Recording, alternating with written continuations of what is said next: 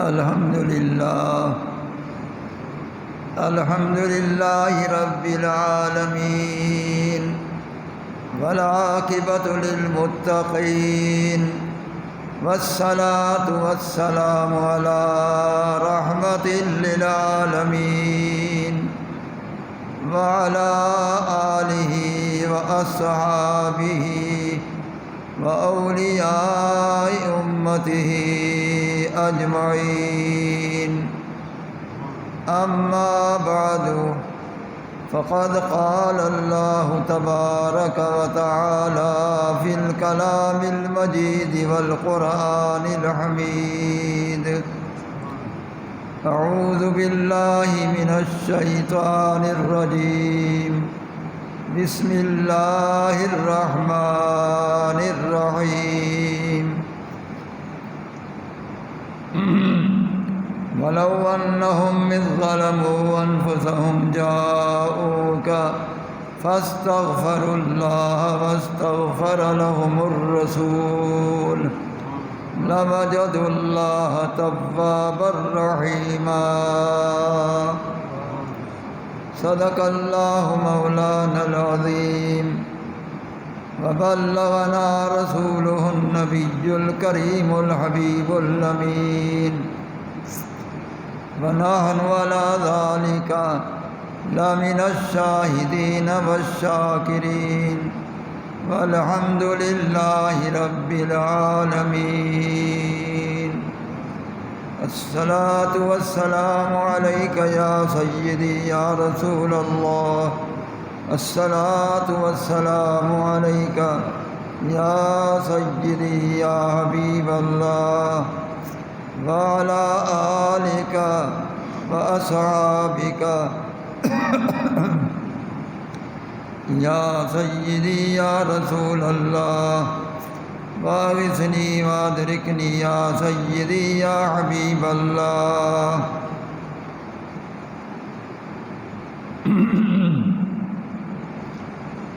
محترم دوستو، بزرگوں، عزیزوں،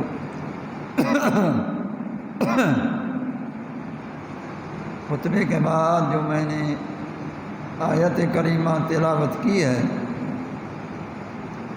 اللہ تعالیٰ نے اس آیت کریمہ میں ہم گناہ گاروں کی بخشش کا طریقہ بیان فرمایا کہ گناہ گاروں، اگر تم گناہ میں مبتلا ہو گئے، اپنے آپ پر ظلم و ستم کر بیٹھے، تو طریقہ میں بتاتا ہوں، عمل تم کر لو، بخشش ہو جائے گی۔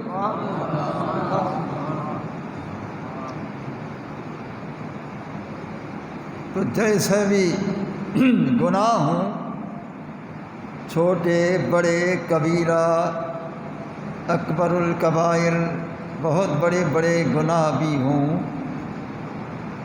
جس قسم کے بھی گناہ ہوں، جس کو گناہ کہا جاتا ہے، جس قسم کا ظلم ہو، جس کو اپنے اوپر زیادتی کہا جاتا ہے، تو اللہ نے فرمایا کہ طریقہ میں بتاتا ہوں، اس کا کرم دیکھو کہ نافرمانی بھی ہم اس کی کر چکے ہیں، اور وہ پھر ہمیں بخشش کا طریقہ بھی وہ خود بتا رہا ہے۔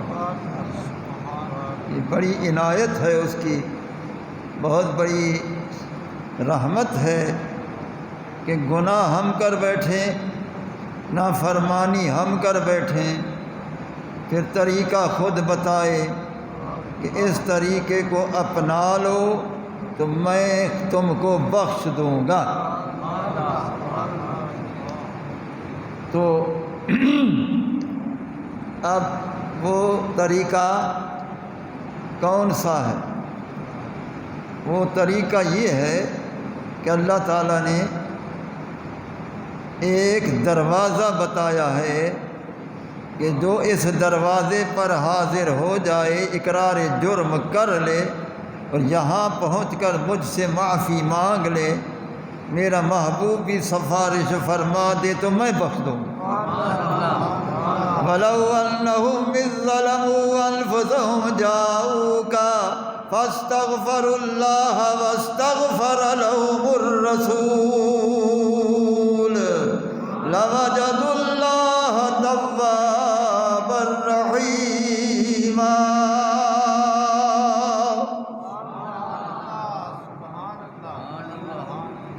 اللہ تعالیٰ نے فرمایا وَلَوْ أَنَّهُمْ، اگر بے شک وہ لوگ گناہگار اذ ظلموا، جس وقت وہ زیادتی کر بیٹھیں، ظلم کر بیٹھیں، گناہ کر بیٹھیں، اور گناہوں کی زیادتی علی انفسہم، اپنے اوپر زیادتی کر بیٹھیں، گناہگار ہو بیٹھیں، تو اللہ نے فرمایا میں طریقہ بتاتا ہوں، جاؤ کا میرا محبوب یہ گناہگار تیرے دروازے پر حاضر ہو جائیں، تیری بارگاہ میں حاضر ہو جائیں، نافرمان میرے ہو گئے، لیکن رحمت کا دروازہ تیرا بتا رہا ہوں کہ تیرے بغیر ان کا کوئی چارہ سہارا نہیں۔ اللہ تعالیٰ نے فرمایا کہ تیرے بغیر ان کا کوئی چارہ سہارا نہیں، اس لیے میں فرما رہا ہوں جس قسم کے گناہ کر بیٹھے جاؤ کا، وہ کدھر نہ جائیں ادھر نہ جائیں، جاؤ کا وہ تیرے پاس آ جائیں۔ یہ قیامت تک یہی حکم ہے، جو بھی گناہ کر بیٹھے ان کا طریقہ بخشش یہی ہے کہ پیارے جاؤ کا تیری بارگاہ میں حاضر ہو جائیں۔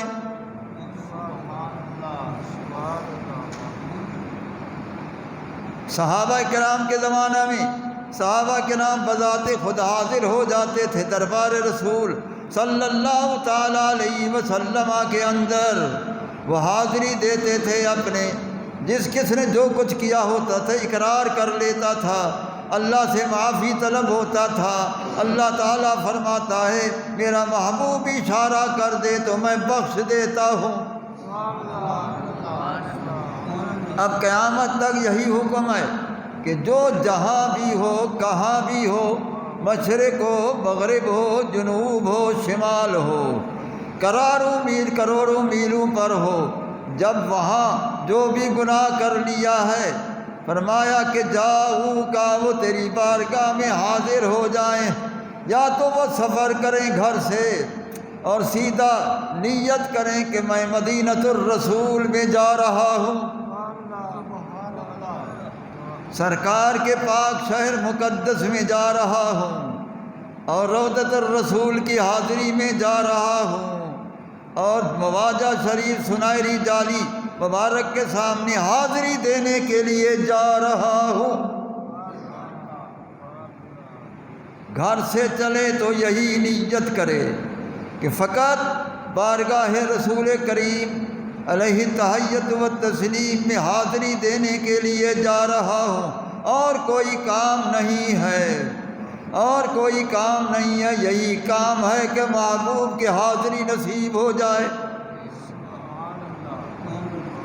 جاؤ کا تیری بارگاہ میں حاضر ہو جائیں، جو بھی گناہگار ہیں وہ تیری بارگاہ میں حاضر ہو جائیں، امیر ہوں تو حاضر ہو جائیں، غریب ہوں تو حاضر ہو جائیں، جس طرح کے لوگ گناہگار ہوں وہ تیری بارگاہ میں حاضر ہو جائیں۔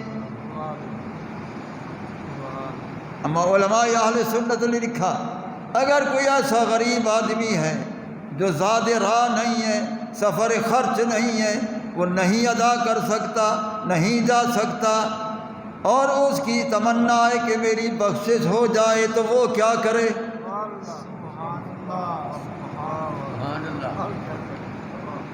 جو گناہ کر بیٹھا ہے، گناہوں کا اقرار بھی کر رہا ہے، لیکن جیب اجازت نہیں دے رہی، تو وہ نہیں جا سکتا، وہ خرچہ برداشت نہیں کر سکتا، خاص کر اس دور حاضر میں لاکھوں روپے لگتے ہیں، اس کے پاس نہیں ہیں، پھر وہ کیا کرے؟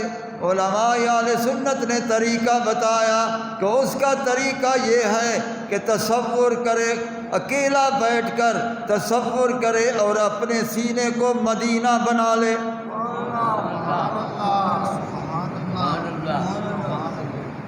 اس مدنی کریم کا تصور دل میں کر لے کہ جو وہاں بیٹھا ہے وہ یہاں بھی بیٹھا ہے، جو روض اقدس میں بیٹھا ہے وہ غلاموں کے دلوں میں بھی بیٹھا ہے، کیونکہ دل کے ہر پردہ میں آئے تصویر یار، جب ذرا گردن جھکائی دیکھ لی۔ وہ تصور کرے کہ میرا محبوب کریم علیہ السلام میرے اندر موجود ہے، میرے اندر وہی ہے وہی ہے وہی ہے۔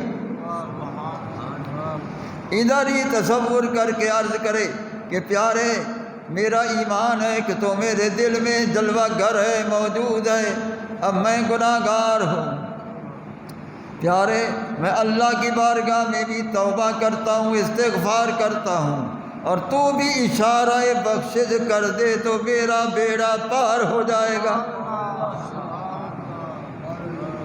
وہ ادھر ہی سے عرض کر دے تو ادھر ہی سے جب عرض کر دے گا، سرکار فرماتے ہیں تو میں ساری کائنات کو ہر وقت اس طرح دیکھ رہا ہوں قیامت تک، جس طرح کہ اپنے ہتھیلی پاک کو دیکھ رہا ہوں۔ سرکار اس کے حال کو جانتے ہیں۔ سرکار نے فرمایا عرض علی اعمال امتی غدوۃ وعشیہ، فرمایا کہ تمہارے صبح کے عمل بھی میرے پیش کیے جاتے ہیں، تمہارے شام کے عمل بھی میرے پیش کیا جاتے ہیں، میں جانتا ہوں کہ تمہارے کیسے کیسے عمل ہیں۔ رسول اللہ صلی اللہ تعالی علیہ وسلم سے کوئی عمل ہمارا پوشیدہ نہیں، کوئی عمل ہمارا پوشیدہ نہیں۔ اچھے عمل ہیں تو ان کے سامنے ہیں، برے عمل ہیں تو ان کے سامنے ہیں۔ سید عالم صلی اللہ علیہ وسلم نے فرمایا جب تمہارے نیک اعمال ہوتے ہیں میں روض اقدس میں خوشی کرتا ہوں، اب تمہارے جب برے اعمال ہوتے ہیں استغفرت اللہ لکم، اللہ سے استغفار کرتا ہوں اے اللہ اس کو نہ دیکھ مجھے دیکھ، اے اللہ اس بندے کو نہ دیکھ مجھے دیکھ، یہ جیسا بھی ہے کیسا بھی ہے پھر بھی تو میرا امتی ہے۔ سید عالم صلی اللہ علیہ وسلم سفارش فرماتے ہیں، اللہ نے بھی یہی فرمایا وَلَوْ أَنَّهُمْ، اگر بے شک وہ گناہ گار لوگ اِذ ظَلَمُوا، جب ظلم کر بیٹھے زیادتی کر بیٹھے عَلَىٰ أَنفُسِهِمْ، اپنے جانوں پر، جاؤکا تیری بارگاہ میں حاضر ہو جائیں، فاستغفر اللہ، اور یہاں آ کر مجھ اللہ سے بھی بخشے تیری بارگاہ میں مانگے۔ یہ مقبول بارگاہ ہے، تیری بارگاہ میں حاضر ہو کر مجھ سے بھی بخشش کی دعا کریں، توبہ کریں، استغفار کریں میری بارگاہ میں، تیری بارگاہ میں حاضر ہونے کے بعد۔ لیکن پھر بھی اشارے کی ضرورت ہے، واستغفر لهم الرسول، رسول کریم علیہ السلام بھی ان کے لیے اشارہ بخشش کر دیں، یا اللہ مجھے دیکھ اس کو نہ دیکھ بخش دے، تو مجھے دیکھ اس کو نہ دیکھ بخش دے بخش دے بخش دے۔ اللہ فرماتا ہے جب میرے محبوب کا اشارہ ہو جاتا ہے لَوَجَدُ اللَّهَ تَوَّابًا رَحِيمًا، اللہ تعالیٰ کو توبہ قبول کرنے والا بھی پائیں گے، اللہ تعالیٰ کو رحیم اور مہربان بھی پائیں گے۔ تو پہلے میرے محبوب کی بارگاہ میں حاضری، پھر مجھ سے معافی، پھر میرے محبوب کا اشارہ بخشش، پھر میں توبہ قبول کرنے والا بھی ہوں گا اور میں اس پر رحم کرنے والا بھی ہوں گا، لیکن پہلے حاضری، پہلے حاضری۔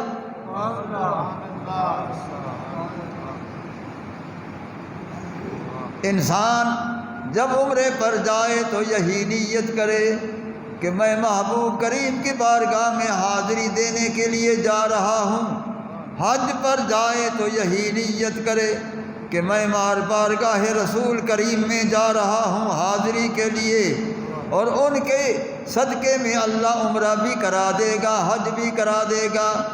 اعلیٰ حضرت نے یہی فرمایا، ان کے طفیل حج بھی خدا نے کرا دیے، اصل الاصول حاضری اس پاک در کی ہے۔ ان کے طفیل حج بھی خدا نے کرا دیے، اصل الاصول حاضری اس پاک در کی ہے۔ تو وہاں جا کر ایک شخص نے، بڑا گناہ گار تھا، بڑا بدکار تھا، بڑا سیاہکار تھا، امام قسطلانی شارح بخاری رحمۃ اللہ تعالی علیہ مواہب دنیا کے اندر نقل فرماتے ہیں وہ بڑا گناہ گار تھا، بڑا فاسق و فاجر تھا۔ اس کو خیال آیا کہ مجھ جیسا گناہ گار بھی بخشا جائے گا۔ اپنے گناہوں کو دیکھ کر کہنے لگا مجھ جیسا گناہ گار بھی بخشا جائے گا۔ قرآن کی آیتیں پڑھنا شروع کر دی۔ کون سی آیت ہے جس پر میں بھروسہ کر کے استغفار کروں؟ پڑھتا آیا آخر اسی آیت میں پڑھا جو میں نے پڑھی ہے، اس آیت پر پہنچا۔ بس کہتا ہے بس یہ آیت کریمہ میرے لیے بڑا بھروسہ ہے، اب میں محبوب کی بارگاہ میں جا حاضری دیتا ہوں، میری ضرور بخشش ہو جائے گی۔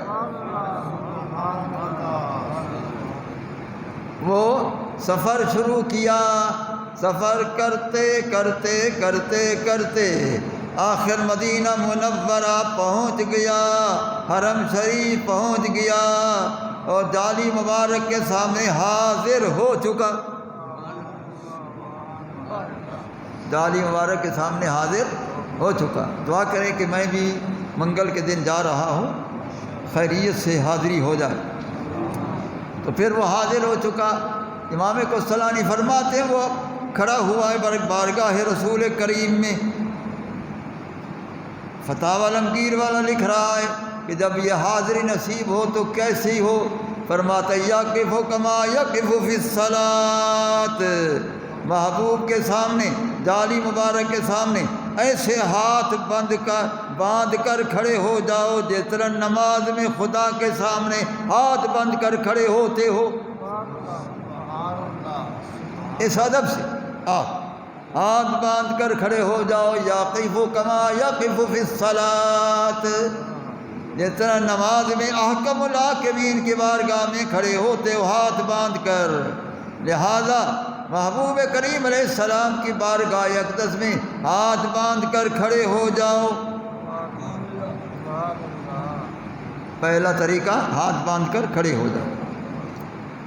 پھر آگے وہ لکھ رہا ہے کہ پھر تصور کرو کہ جو اندر موجود ہے وہ مجھے دیکھ رہا ہے اور اس کی صورت میرے ذہن و دماغ میں موجود ہے۔ حلیہ رسول کو تصور کرے کہ محبوب موجود ہے، میں عرض کر رہا ہوں۔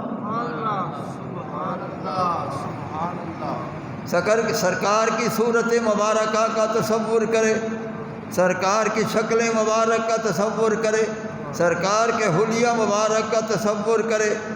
جس طرح حدیثوں میں آیا کہ رسول اللہ صلی اللہ تعالیٰ علیہ وسلم کی آنکھیں مبارک بہت ماشاءاللہ بے حسین و جمیل تھیں، ابرو مبارک حسین و جمیل تھے، اور آپ کے رخسار مبارک بڑے چمکدار تھے، اور آپ کے لب مبارک بڑے خوش گفتار تھے، بڑے چمکدار تھے۔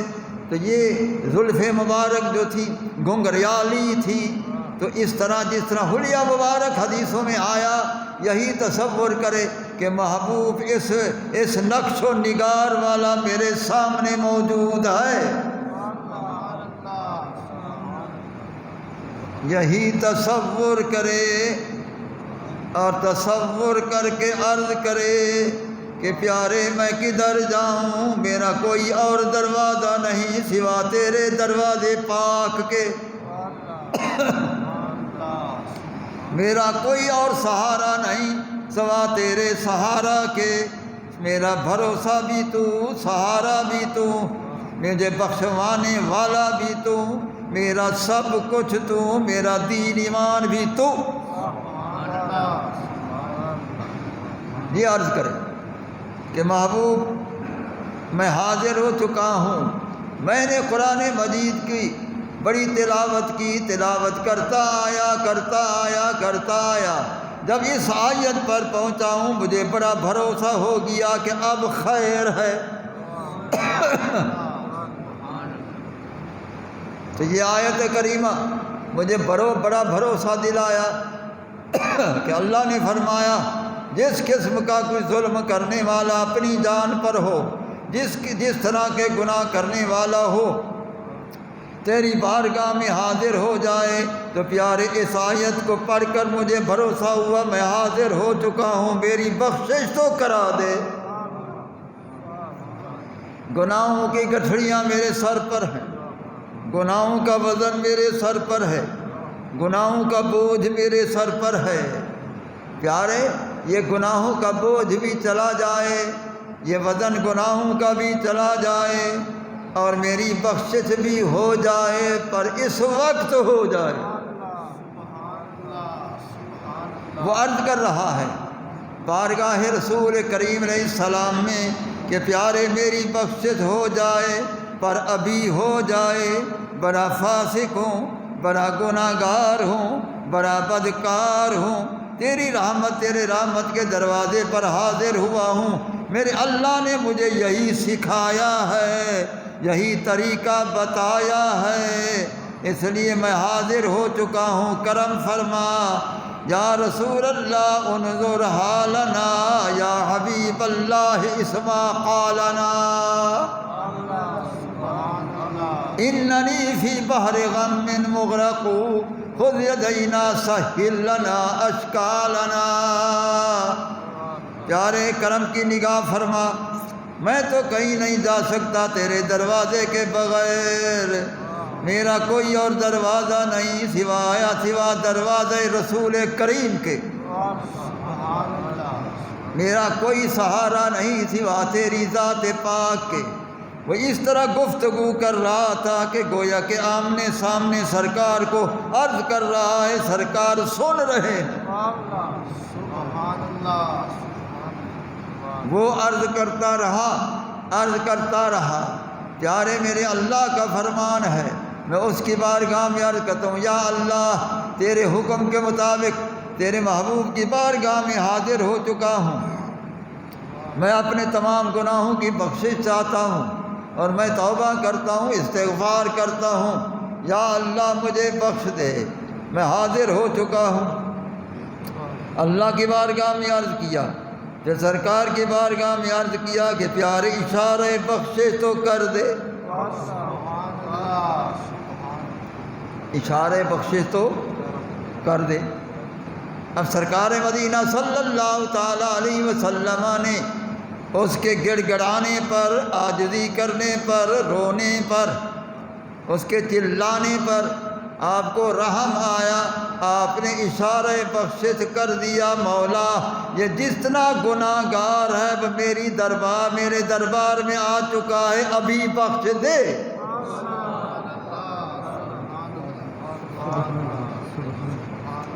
ابھی بخش دے اس کو، ابھی بخش دے اس کو، یا اللہ ابھی بخش دے اس کو۔ سرکار مدینہ صلی اللہ تعالیٰ علیہ وسلم اس کے لیے سفارش فرما رہے ہیں۔ خدا کرے ہماری بھی سفارش ہو جائے، آپ کی بھی سفارش ہو جائے، بیڑا پار ہو جائے۔ سرکار اس کی سفارش فرما رہے ہیں کہ یا اللہ اس کا کام تھا میری بارگاہ میں حاضر ہونا، یہ حاضر ہو گیا ہے، تیرے حکم کے بتائے کے مطابق حاضر ہو چکا ہے، یا اللہ اب یہ بارگاہ تیری بارگاہ میں بھی بخشش طلب کر رہا ہے اور میں بھی سفارش کر رہا ہوں کہ اس کو ابھی بخش دے۔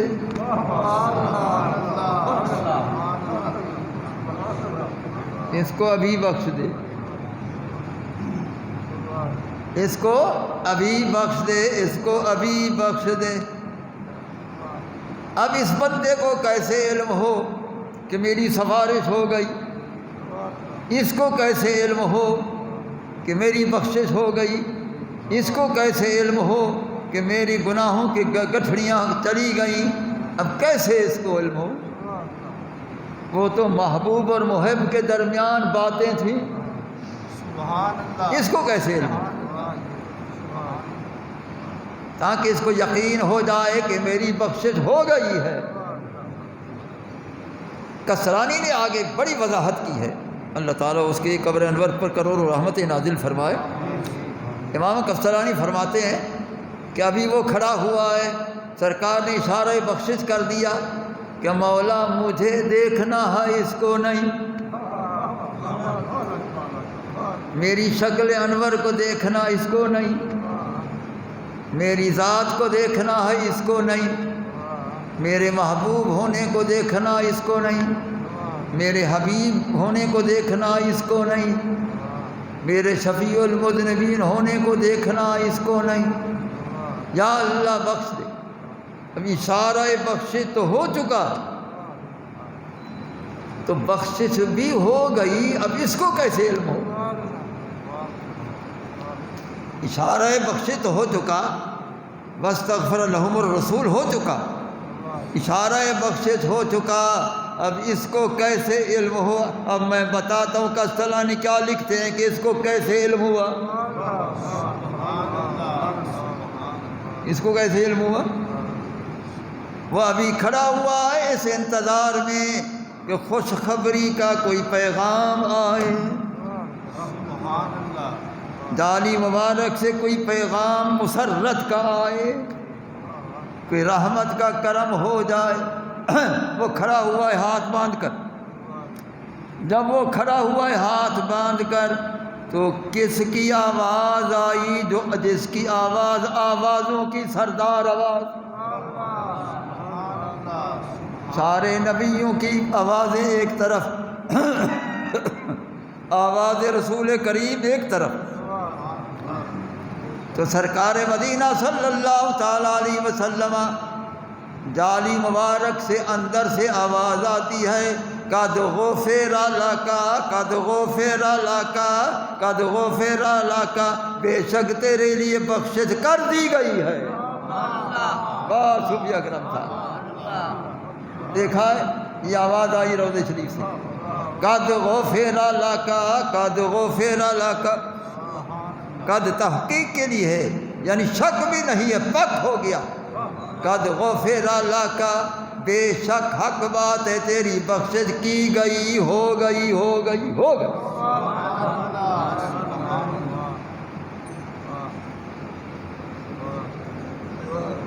اب جب سرکار نے فرمایا قد غفر لک، میں نے اس پر بڑا غور کیا ہے کہ سرکار کے جامع الکلمات ہیں، آپ جوامع الکلم ہے، تو اس کا معنی یہ ہوا کہ جو فرما رہا ہے تیری بخشش ہو گئی، معلوم ہوا وہ اندر زندہ موجود ہے، سب کچھ سنا تھا تو اشارہ کر دیا اور فرما دیا بخشش ہو گئی، وہ زندہ ہے، اب بھی زندہ، قیامت تک زندہ۔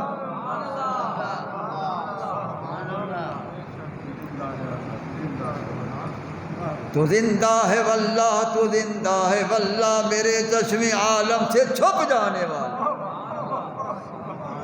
تو زندہ ہے واللہ، تو زندہ ہے واللہ، تو زندہ ہے واللہ، تو زندہ ہے واللہ، تو زندہ ہے واللہ، تو زندہ ہے واللہ، میرے چشم عالم سے چھپ جانے والے، چمک تجھ سے پاتے ہیں سب پانے والے، میرا دل بھی چمکا دے، اے چمکانے والے۔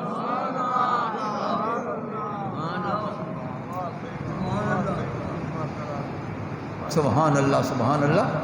تو قد غفر لک، جا تیری بخشش کر دی گئی، تیری بخشش ہو گئی۔ کون فرما رہا ہے؟ جو زندہ، پیغام مسرت کون دے رہا ہے؟ جو زندہ، اور جو سب کچھ اس کی گزارشات کو سن چکا ہے وہی پیغام فرما رہا ہے۔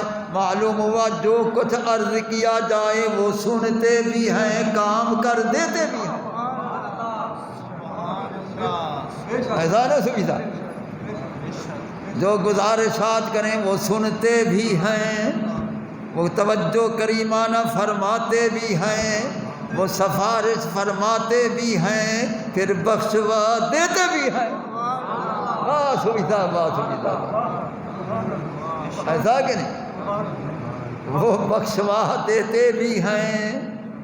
وہ نہیں دیکھتے کہ اتنا بڑا گناہگار، وہ نہیں دیکھتے اتنا بڑا فاسق و فاجر، وہ ایک چیز دیکھتے ہیں کہ میری محبت ہے، میرا احترام ادب ہے کہ نہیں۔ جب ادب و احترام ہے تو وہ جیسا گناہگار ہو، سرکار فرماتے ہیں اس کی ذمہ داری مجھ پر ہے، وہ بخشا گیا، بخشا گیا۔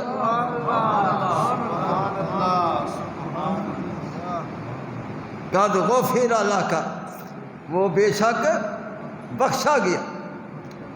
جب یہ پیغام مسرت آیا تو وہ جانے لگا کہ میرا کام تو ہو گیا ہے، اب میں چلا جاؤں۔ وہ جانے لگا۔ کسلانی فرماتے ہیں کہ جب وہ 2 قدم پیچھے ہٹا جانے کے لیے، جب وہ 2 قدم پیچھے ہٹا تو اللہ کی آواز آئی کہ محبوب نے تو فرما دیا ہے، کچھ میری بھی سن لے۔ وہ ہاتف کی آواز آئی کہ کچھ میری بھی سن لے۔ اے میرا بندہ، آج اس بارگاہ رسول میں حاضر ہوا، رحمت للعالمین کے حضور میں تو حاضر ہوا، فقط اپنے آپ کو بخشوا کے جا رہا ہے۔ آج وقت تھا کہ اس کا وسیلہ پیش کر کے اس کی پوری امت کے لیے بخشش کی دعا کرتا، سب کی بخشش ہو جاتی۔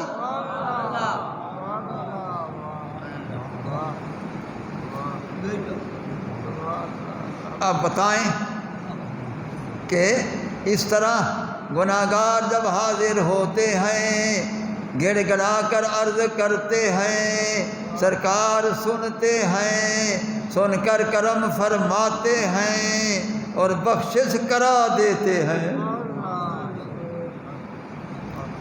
اور بخشش کا اعلان بخشش بھی خود فرماتے ہیں کہ تیری بخشش ہو گئی، تیری بخشش ہو گئی۔ تو اب 1400 سال 45 سال اوپر ہو گئے، تو اسی طرح گناہگار حاضر ہو رہے ہیں، جتنی بھی کروڑوں اربوں کے تعداد میں آج تک حاضری ہو چکی ہے۔ جو گناہگار عرض کرتے آئے ہیں سب کی بخشش ہوتی گئی، ہوتی گئی، ہوتی گئی۔ اس میں کوئی شک و شبہ نہیں ہے۔ ہم بھی جاتے ہیں 2 کام کے لیے، میں تو جاتا ہوں 2 کام کے لیے، اب انشاءاللہ جا رہا ہوں۔ تو ایک تو یہ عرض کرنا ہے کہ پیارے ہم جیسے ہیں کیسے ہیں، پھر بھی تو تیرے ہیں، کرم فرمائے، بخشش ہو جائے، بخشش ہو جائے، رحمت ہو جائے، بخشش ہو جائے۔ نمبر 1۔ نمبر 2 گناہ کر کر کے ہمارے دل سیاہ ہو چکے ہیں، آج حاضر ہوئے ہیں، بیٹری دل کی چارج کر دے، دل کو روشن کر دے، دل کی بیٹری چارج کر دے، دل کو روشن کر دے۔ جب ہم عرض کرتے ہیں ادھر کرم ہو جاتا ہے، دل روشن ہو جاتا ہے۔ تو حاضری ہو تو اس طرح ہو، اس طریقے سے ہو، اور یہی معروضات پیش کیے جائیں، اور ایک آرزو بھی پیش کی جائے، ایک آرزو بھی پیش کی جائے۔ وہ سیدنا امیر عمر رضی اللہ تعالی عنہ کی آرزو تھی اور ان کی آرزو پوری ہو گئی، تو اسی طرح وہ تمنا، وہ حاضری، وہ عرض کیا جائے آرزو کے لیے۔ حضرت سیدنا امیر عمر رضی اللہ تعالیٰ عنہ دعا کرتے، اللہم انی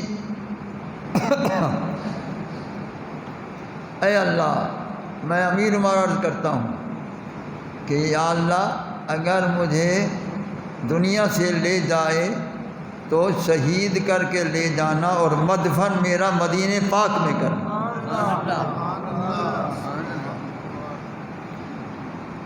وَاجْعَلْ مَوْتَنَا فِي بَلَدِ حَبِيبِكَ، اپنے حبیب کریم کے شہر پاک میں میرا مدفن کرنا۔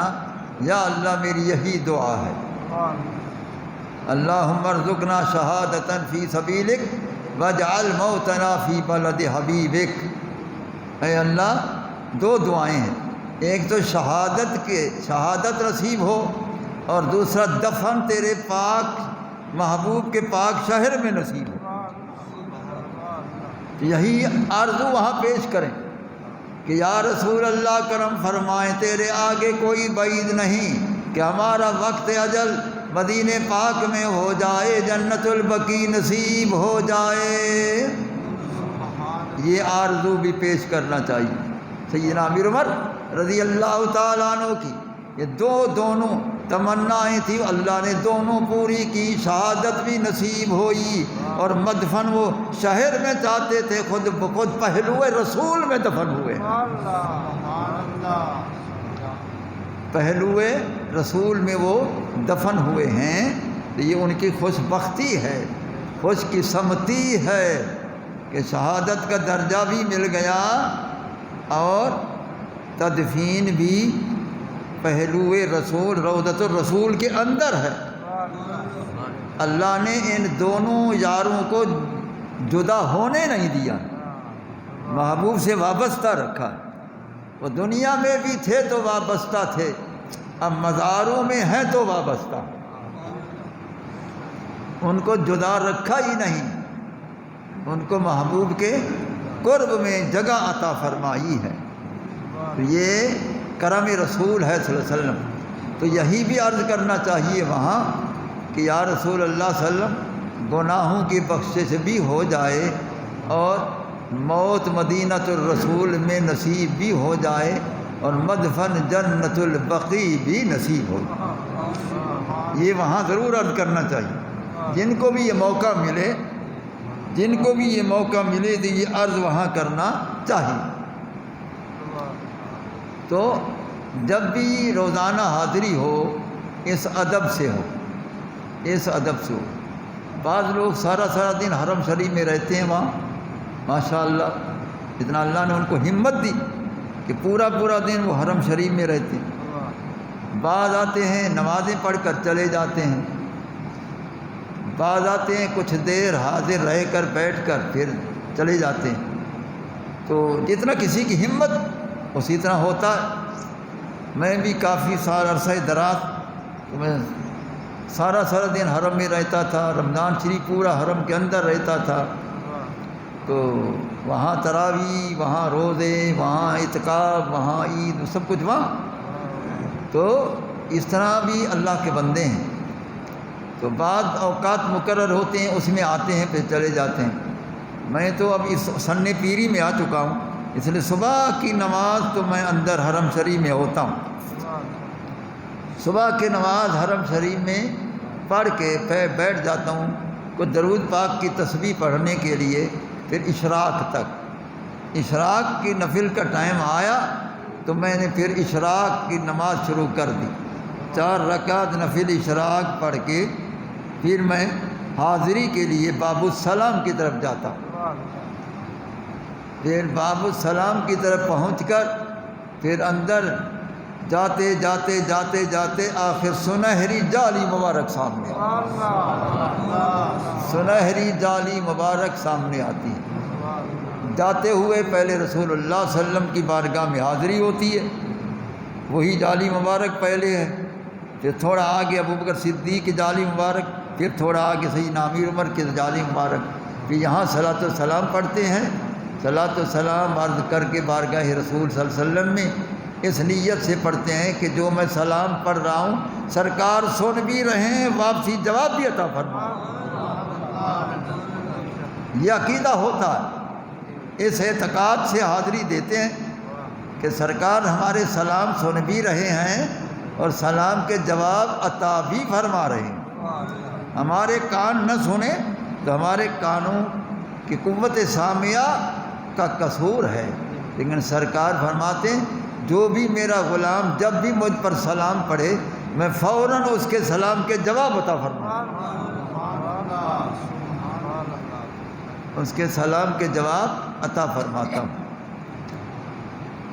اب وہاں سلام جو ہیں، اب اگر صوفی صاحب ہوں تو اعلیٰ حضرت کا سلام پڑھیں گے جس طرح پڑھتے ہیں، اس طرح کوئی اور بھی اعلیٰ حضرت کا سلام پڑھتے ہیں، کوئی فارسی کے بولنے والے فارسی میں سلام پڑھتے ہیں، کوئی عربی میں عرب لوگ عربی میں سلام پڑھتے ہیں، اور کوئی پاکستان سے گئے ہوئے پنجاب سے گئے ہوئے پنجابی میں سلام عرض کرتے ہیں، کوئی سرائکی میں عرض کرتے ہیں، کوئی کس زبان میں کوئی کس زبان میں۔ اب سرکار تو عربی ہیں، خالص عربی ہے، تو یہ جو سلام پڑھا جا رہا ہے اگر سننے والا اس کی بولی نہ سمجھے تو وہ سلام کے جواب کیسے دے گا؟ اگر وہ آگے نہ سمجھے یہ کیا کہہ رہا ہے، اپنی زبان میں کیا کہہ رہا ہے، اگر وہ نہ سمجھے تو سلام کے جواب کیسے ہوں گے؟ وہ سرکار فرماتے ہیں میں سلام کے جواب دیتا ہوں۔ تو معلوم ہوا رسول اللہ صلی اللہ علیہ وسلم ہر غلام کی بولی بولی کو جانتے ہیں۔ نعرہ تکبیر، نعرہ رسالت، نعرہ رسالت، مفتی اعظم پاکستان، مفتی اعظم پاکستان۔ رسول اللہ صلی اللہ علیہ وسلم ہر غلام کی ہر بولی کو آپ جانتے ہیں، تبھی تو فرمایا کہ میں سلام کے جواب عطا فرماتا ہوں۔ اور نمبر ایک سلام کا ویسے بھی قاعدہ ہے کہ جس کو سلام کیا جائے تو وہ مخاطب جو ہے وہ سنے کہ اس نے مجھے سلام کیا، السلام علیکم ورحمۃ اللہ وبرکاتہ، ہم کہتے ہیں آپ کو، آپ کہنے وعلیکم السلام ورحمۃ اللہ، وہ سنا سمجھا تو جواب دیا۔ اس لیے ضروری ہے کہ رسول اللہ صلی اللہ علیہ وسلم ہماری بولی میں ہمارے سلام کو سمجھیں اور جواب عطا فرمائیں۔ اسی طرح ہوتا ہے ہم سلام اپنی بولی میں عرض کرتے ہیں، سرکار ہماری بولی کو سمجھ کر جواب عطا فرمائیں۔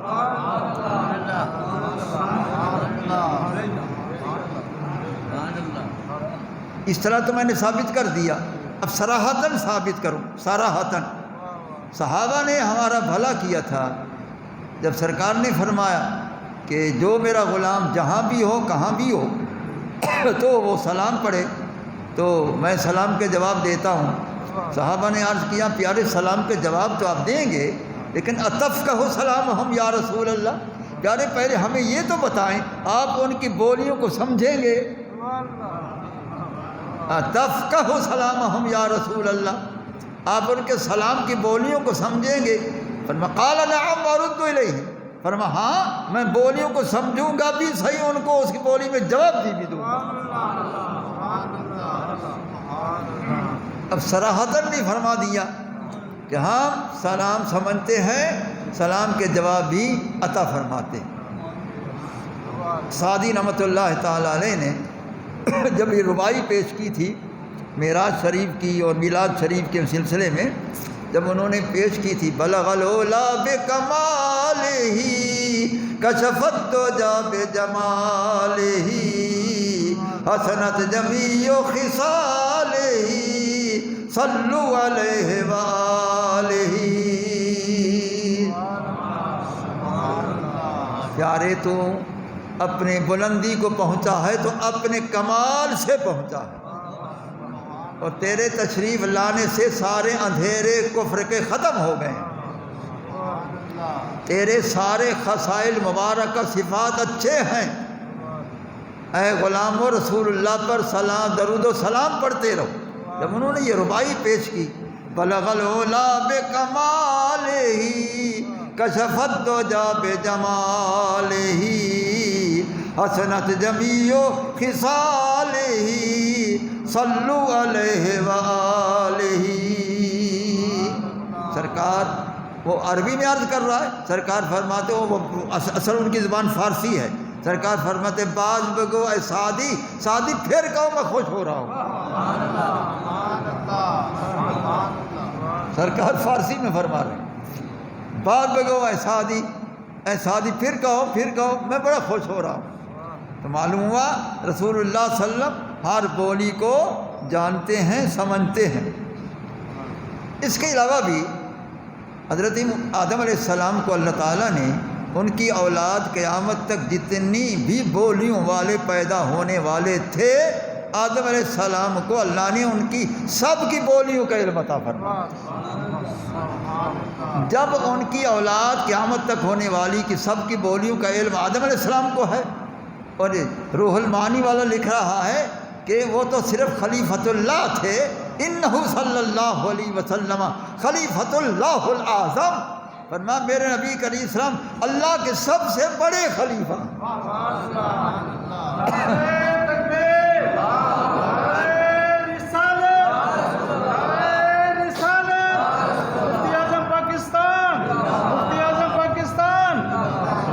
وہ فرماتے ہیں انہ صلی اللہ علیہ وسلم خلیفۃ اللہ الاعظم، خلیفۃ اللہ الاعظم، اللہ تعالیٰ کے سب سے عظیم اور بڑے خلیفے میرے محبوب کریم کی ذات پاک۔ فقط جو خلیفۃ اللہ ہے اس کو اگر علم ہے تمام بولیوں کا، جو اس سے بہت بلند و بالا ہے اس کو بطریق اولا علم ہے ہر بولی کا،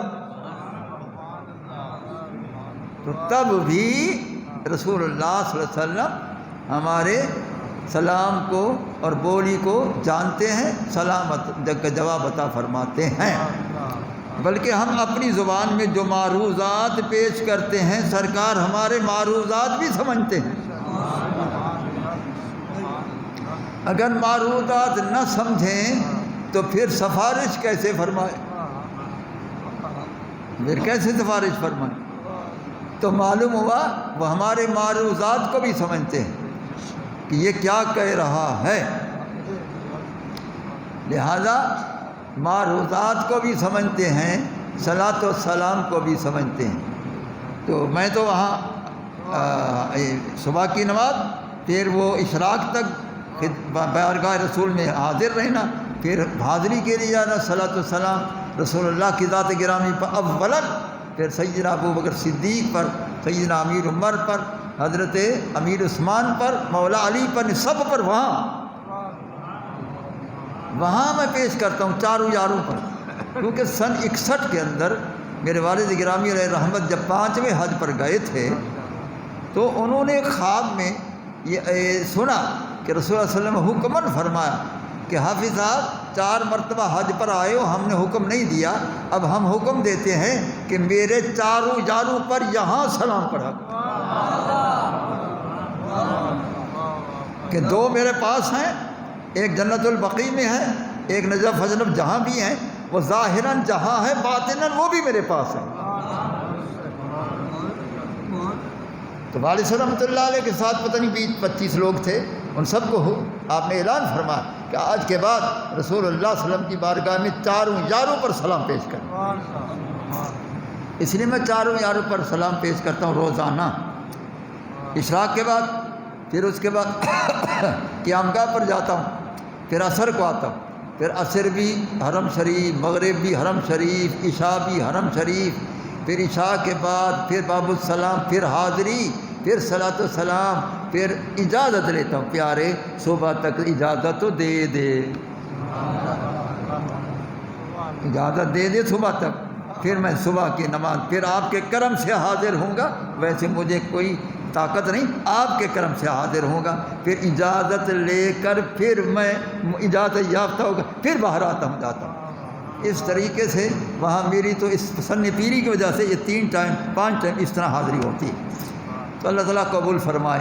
تو اب انشاءاللہ مدر صاحب بھی اور میں بھی، ایک اور لڑکا بھی ہے، تو انشاءاللہ منگل کے صبح چلے جائیں گے، اور انشاءاللہ بدھ کی رات انشاءاللہ مدینۃ الرسول میں حاضر ہو جائیں گے انشاءاللہ انشاءاللہ انشاءاللہ۔ وما توفیق الا باللہ، اللہ کی توفیق کے بغیر کوئی کام نہیں ہو سکتا، یہ اس کی توفیق کہ ویزے رمضان شریف میں لگ گئے ہیں، اب انشاءاللہ روانگی ہو رہی ہے، تو اللہ تعالیٰ ادب کی حاضری نصیب فرمائے، وہاں جس کی بھی حاضری ہو با ادب حاضری، وہاں کے خش و خاک کا بھی ادب ہونا چاہیے، ہر شے کا وہاں ادب ہے، سب سے ادب بس ادب ہے تو سب کچھ ہے، ادب ہے تو سب نعمت ہے، ادب ہے تو سارا کرم ہی کرم ہے۔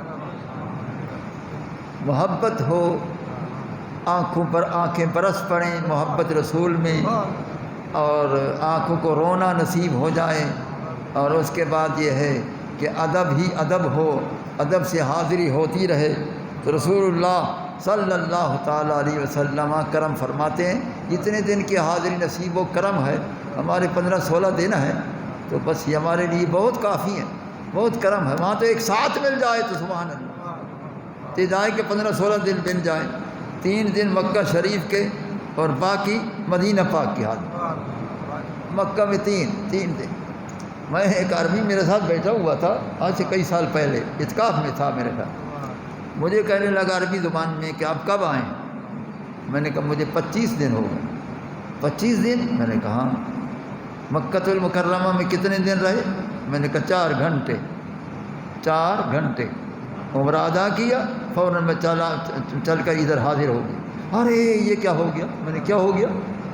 کہ وہاں 1,00,000 کا ثواب ہے، یہاں 50,000 کا ثواب ہے، تو آپ 1,00,000 کا ثواب کی ضرورت نہیں تھی آپ کو۔ میں نے کہا بھائی میں نے پڑھا ہے کہ وہاں 1,00,000 کا ثواب ہے، یہاں 2.5 کا ثواب ہے۔ میں نے تو یہ پڑھا۔ کہتے ہیں ہم نے تو نہیں سنا۔ تو میں نے کہا میں جو سنانے آیا ہوں، میں نے پڑھا ہے یہاں 2.5 ہے، وہاں 1,00,000 ہے۔ تو کیسے 2.5 ہے؟ میں نے کہا 50 تسلیم کیا تو میں نے کہا یہاں ملتا کہ ہاں۔ میں نے کہا سرکار نے دوسرے حدیث میں فرمایا کہ اے اللہ میرے مدینہ پاک میں مکۃ المکرمہ کی بنسبت یہاں کی ہر شے میں دگنی برکت پیدا فرما۔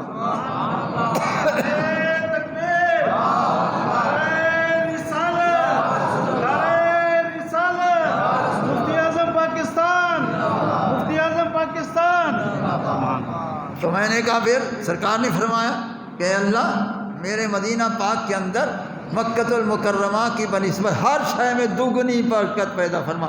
دگنی دوہرے کو کہتے ہیں، لہٰذا 1 کے 2، تو لہٰذا 50,000 پہلا، دگنا یہ وہاں 1,00,000 یہاں 2,00,000، تو 2.5 یہاں 1,00,000 وہاں۔ اب تم بتاؤ کہ کہاں حاضر رہوں زیادہ، یہاں کہ وہاں؟ بتاؤ بھائی۔ اس کے بعد میں نے کہا پھر سنو، یہ تو میں ابھی حساب تمہیں بتایا کہ یہاں 2.5 ہے وہاں 1,00,000، یہاں کروڑوں اربوں سے زیادہ ثواب یہاں ہے۔ وہ کہنے لگا وہ کیسے؟ میں نے کہا سرکار نے فرمایا من زارنی بعد وفاتی فکأنما زارنی فی حیاتی، کہ جس نے میرے دنیا سے پردہ پوشی کے بعد یہاں آ کر نیت کر کے میری زیارت کے لیے آیا، میری زیارت کی، تو گویا کہ اس نے میری حیات ظاہری میں میری زیارت کی۔ تو سرکار کی زیارت کی حد تو بتا دے کہ وہ کتنا ہے؟ کروڑ ہے، 10 کروڑ ہے، 20 کروڑ ہے، کتنا؟ ارے لامتناہی ہے۔ تو لامتناہی کرم بھی ادھر ہے، حساب سے 2.5 بھی ادھر ہے، تو سب کچھ تو ادھر ہے، مجھے ادھر کیوں بھیج رہا؟ دنیا تیری گلی میں، عقبا تیری گلی میں، بس بے پردہ خود خدا کو دیکھا تیری گلی میں۔ دنیا تیری گلی میں، عقبا تیری گلی میں، بس بے پردہ خود خدا کو دیکھا تیری گلی میں۔ میں نے یہ شعر کہیں تقریر میں پڑھا، مجھے کہنے لگا کہ اللہ تعالیٰ مدینے کی گلی میں یہ کیا ہو گیا؟ میں نے کہا حضرت وہ ابو ہریرہ فرما رہے کہ رأیت ربی فی سکک المدینۃ وعلیہ حلۃ حمراء، میں نے اپنے رب کو مدینے میں چلتے ہوئے دیکھا اور سرخ رنگ کی برد یمنی چادر بھی اوڑھے ہوئے تھا، میں نے مدینے میں چلتے ہوئے دیکھا۔ تو وہ کون ہے؟ وہ رب حقیقی ہے، محبوب رب مجازی ہے، وہ اس کو دیکھ کر فرما رہے ہیں۔